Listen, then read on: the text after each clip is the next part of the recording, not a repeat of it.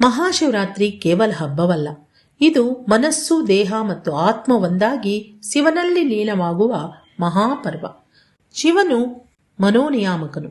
ಶಿವನ ಆರಾಧನೆಯಿಂದ ನಮ್ಮ ಮನಸ್ಸನ್ನು ನಮ್ಮ ಹತೋಟದಲ್ಲಿ ಇಟ್ಟುಕೋಬಹುದು. ಉಪವಾಸ ಏಕೆ ಮಾಡಬೇಕು ಎಂದರೆ, ಉಪವಾಸ ಅಂದರೆ ಹಸಿವು ಮಾತ್ರವಲ್ಲ, ಇದು ಭೌತಿಕ ಆಶೆಗಳನ್ನು ಕಡಿಮೆ ಮಾಡಿ ಮನಸ್ಸನ್ನು ಶುದ್ಧಗೊಳಿಸಿ ಶಿವಚಿಂತನೆಯ ಕಡೆಗೆ ಕರೆದೊಯ್ಯುವ ಸಾಧನೆ.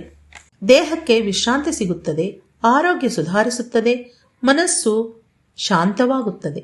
ಭಕ್ತಿಯಿಂದ ಮಾಡಿದ ಉಪವಾಸ ಶಿವನ ಅನುಗ್ರಹಕ್ಕೆ ದಾರಿ ತೆರೆದಿಡುತ್ತದೆ. ಜಾಗರಣೆ ಏಕೆ ಮಾಡಬೇಕು ಎಂದರೆ, ಈ ಪವಿತ್ರ ರಾತ್ರಿ ಶಿವನು ಲಿಂಗರೂಪದಲ್ಲಿ ಪ್ರತ್ಯಕ್ಷವಾದ ರಾತ್ರಿಯಾಗಿದೆ. ಆದ್ದರಿಂದ ರಾತ್ರಿಯಿಡೀ ಜಾಗರಣ ಮಾಡಿ ಶಿವನಾಮ ಸ್ಮರಣೆ, ಧ್ಯಾನ, ಪೂಜೆ ಮಾಡಿದರೆ ವಿಶೇಷ ಪುಣ್ಯ ಲಭಿಸುತ್ತದೆ. 4 ಯಾಮಗಳಲ್ಲಿ ಪೂಜೆ ಮಾಡುವುದರಿಂದ ಪಾಪಗಳಿಂದ ಮುಕ್ತಿ, ಆಂತರಂಗಿಕ ಶಕ್ತಿ ವೃದ್ಧಿ ಮತ್ತು ಆತ್ಮಜ್ಞಾನಕ್ಕೆ ದಾರಿ ಸಿಗುತ್ತದೆ. ಇವತ್ತಿನ ದಿವಸ ಅಂದರೆ ಮಹಾಶಿವರಾತ್ರಿ ದಿವಸ ಅಭಿಷೇಕಗಳು, ಶಿವನ ದರ್ಶನ ಮಾಡೋದ್ರಿಂದ ಎಷ್ಟೋ ಪುಣ್ಯ ಲಭಿಸುತ್ತದೆ. ಉಪವಾಸ ವೇಳೆ ಸಾತ್ವಿಕ ಆಹಾರ, ಹಾಲು, ಹಣ್ಣುಗಳನ್ನು ಸೇವಿಸಬಹುದು.